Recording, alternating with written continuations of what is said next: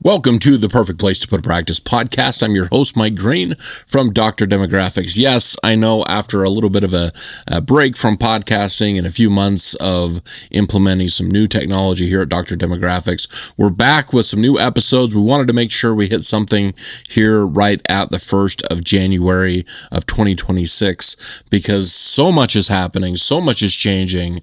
I feel like the technology and the ways to market and practice placement, everything is moving so quickly, and we don't want to leave you out in the wilderness, so we're going to cover 5 of really quite important changes that you should be at least aware of for your practice. Now, whether you're currently practicing or maybe you're a student and you're looking to practice in the next couple of years, or maybe you're an associate and you're wondering if 2026 is the time to finally open that practice, I want to make sure we hit these 5 things. Now, there's lots of things, though. There's lots more, and really changes from area to area where your opportunities lie.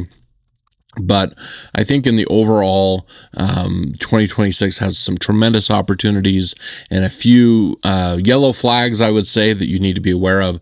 And we're going to talk about both of those today. Now, before I get started, I want to thank all you great people for listening to us for now, over 10 years. We have over 300 episodes. Thank you so much for your support. We appreciate you. We look forward to talking with you. We love working with you and all the great things that you're doing out in the marketplace. All right, let's go through change number 1 in 2026, and that is the expansion of telehealth policies and reimbursements. Something that's very important, and depending on where you're placing your practice, may have a pretty significant impact on what you're doing, how you're doing it, and what your goals are. As you know, telehealth exploded during the pandemic. And it's just kind of gained traction since then. But here we are, 6 years later, 2026, and there's a pretty big evolution on how it's regulated and how it's paid for. Many states are expanding their telehealth laws or making them permanent where they were temporary before. Federal updates to Medicare and Medicaid are making virtual visits more reimbursable than ever. For instance, the Centers of Medicare and Medicaid Services, or CMS, has proposed extending telehealth flexibility through the year 2026, including audio-only visits for certain services. That means doctors like dentists could consult on oral health issues remotely. Vets could check up on pets' wellness. Optometrists could handle routine eye check-ins without an actual in-person exam. So the Kaiser Family Foundation report shows that telehealth usage stabilized to about 20% of all visits post-pandemic, but with a few new policies, it's actually projected to grow another 15% in 2026. So why does this matter? For you as a practice owner, it opens up a revenue stream that your dad didn't have, your grandpa didn't have, even doctors a few years ago didn't have. If you're in the right situation, and especially for some of you rural docs, that your market is so many miles away from your practice, telehealth can be a pretty intriguing offer. Now, it's not just rural, of course, it can be done everywhere, but it does open up some revenue streams that weren't there before. Now, here's an example. There's a dentist in Texas that we worked with, integrated telehealth last year, so during 2025, and saw a 12% increase in patient retention by offering just a quick virtual follow-up post-procedure check-in. It just really solidified that relationship with that patient. So in 2026, if you're not set up for this, it might be something that you could be looking at, and it potentially you could lose patients to another provider that offers a telehealth service, especially if you're dealing with seniors. Seniors are more tech savvy than they've ever been before. And so those baby boomers who grew up, have their careers in a a technology environment are now seeing the benefits and are not afraid of the computer. And so a doctor that can provide telehealth options in their practice can be very intriguing. So telehealth, make sure it's on your calendar. You're talking to your team about it, seeing if it's something you could do. All right, let's talk about change number 2. And that is the topic that everyone is talking about. And that's the rise of AI and automation in your daily practice operations. Now, AI is something that many of you have probably dabbled in. It's been around, especially last year. There was a lot of options, a lot of companies offering different AI services. Everything from, ChatGPT to help you with your email copy to AI voice services, picking up your phone, setting appointments, doing your follow-up, all kinds of different things. And so AI options are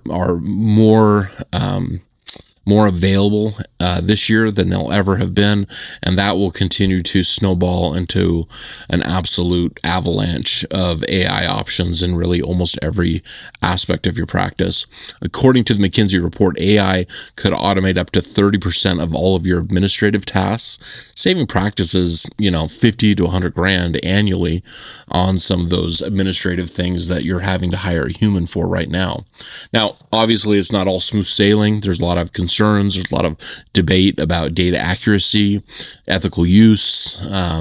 There's a lot of discussion happening right now, but the capitalism is at full play here, and these companies are going to drive these products and make them very, very interesting and intriguing for most practice owners. And so the AMA, other associations are looking at the ethics side of it, but expect to be seeing a lot of companies knocking down your door with their AI options. And I'm pro AI. I think that there are a lot of great options. I think there are things that should absolutely be done by AI. It's just more efficient, more accurate, less chance for error. However, there are things that you must do in person, and it will become even a unique selling position if you have a human as doing some of those jobs. And so we'll talk a lot more about AI this year, but for now, should be something you're at least talking about within your practice. All right, let's look at major shift number 3, or things to be aware of in 2026, and that is our wheelhouse, the shifting demographics and the evolving patient expectations. So demographics, they're always changing, but in 2026, it brings some kind of accelerated shifts due to some aging populations, migration patterns, generational preferences. We've all been watching the back and forth on immigration that's happened over this last year. And I'm not making a statement pro or con on that, but it does change the marketplace, especially in border states. And so it may have an impact if you built your practice specifically on immigration, government paid services. That may change a little bit, and we're going to probably start seeing the ripple effects of that in 2026. And so expect that to happen and prepare for it before it happens. So if you're going to see a drop in maybe some of your Medicaid patients, if you're going to see a drop in those things, then it may be time to look at some other options, some other services, some other ways that you can protect the revenue systems within your practice. But also not just those border states. If you look at areas, other areas of the country, immigration is still going to have a pretty significant impact. And some practices, it could be up to 40% of their expected online bookings, their marketing, the way that they handle those things. So the demographics are shifting in many, many ways. As an example, there's an optometrist in Arizona that adapted some targeted millennials. And so in this case, they had a change in the age group that was happening in their community. And so they just had to change their social media campaigns. They focused on blue light glasses. And by doing that and messaging it really well, they increased their patient load by about 18%, which is fantastic for them. So as always, we're very aggressive on making sure that you know exactly what your up-to-date demographics are. Don't rely on something you just Googled to give you the updated demographics. Is probably old data and or irrelevant data. So let's talk more about that. You can visit us at drdemographics.com and get some more information on how you can get updated practice demographics for your area. Okay, let's look at change number 4, and that's stricter data privacy regulations and cybersecurity requirements. Now, with the rise of AI and more things being turned online, it always increases the threat level for data privacy, cybersecurity, all of those type of things. So 2026 is seeing a tougher enforcement of data privacy laws. As an example, the FTC is cracking down on HIPAA violations. I would say that we've seen more or heard more about HIPAA violations in the past 6 months than I have in the past 6 years. And so I know that they're being quite aggressive. And so you've got to make sure that your communications, your paperwork, the way that you're promoting, marketing your patients and their stories is all HIPAA compliant. Now, we don't pretend to be the HIPAA experts. There are those out there, and you should be talking to them to make sure that your processes and procedures are HIPAA compliant. It's very important. The last thing you want to do is get hit with a fine because you're not HIPAA compliant. That is no way to run a business. So that's something you've got to look at. There's a dental practice in New York that I know that avoided a breach by implementing a multi-factor authentication. I'm sorry, I couldn't say that word. Authentication on the data that was going in and out of their practice. If they hadn't done that multi-factor authentication, they could have got up to a $50,000 per violation. So again, it's no joke. You've got to make sure that your HIPAA compliance is on point, that you have somebody in the office that makes sure that all the paperwork is where it needs to be, that all of the compliance and everything is there, the training's done. It's definitely worth getting some advice on from HIPAA experts that are out there. Okay, finally, change number 5 in 2026 is economic pressure from inflation and some supply chain issues. Now, you probably have seen this. We all remember what it was like during the pandemic. Seems like every supply chain that was out there was a challenge. A lot of those have been resolved. However, there are still a few supply chain issues in healthcare.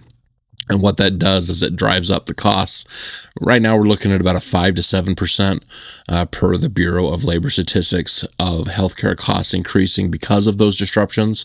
And that's for everything from equipment to materials to the basics. And that trickles down to all aspects of you running your practice, from your overhead, your rent, your salaries, your supplies, and even how the patients are spending and what they're doing with their money. So something to be aware of.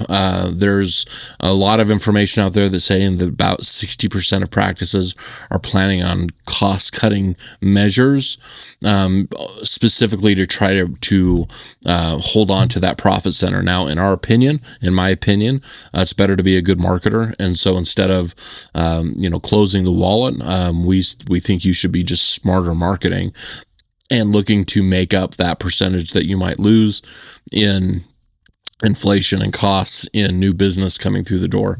And so that's something that definitely you should be talking about with your marketers, with your strategists. If you haven't got a marketing report from Dr. Demographics, I would highly recommend that. And we can help tell the truth of what's happening in your practice and give you some ideas and some direction of where you need to go without, the worry of us trying to sell you some kind of marketing services, which we do not do that. So, okay. So those were the 5 changes: telehealth expansion, AI integration, demographic shifts, data privacy regulations, and economic pressures.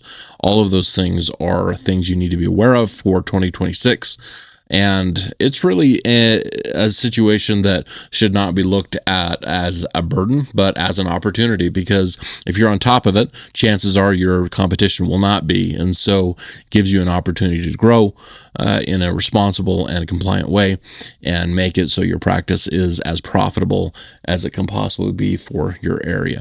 All right, that's it for today. Thank you so much for joining me. I'm looking forward to 2026. There's so much going on.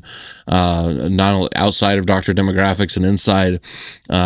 Again, thank you so much for all of you that we get an opportunity to serve and to support and to help through demographic reports or through consultations or whatnot. Looking forward to working with you on your next project. Visit us at drdemographics.com, or you can always call us at 844-704-0499, or give me an email. Shoot me an email directly at mike@drdemographics.com. That's doctor spelled out, drdemographics.com. We'll see you on the next episode.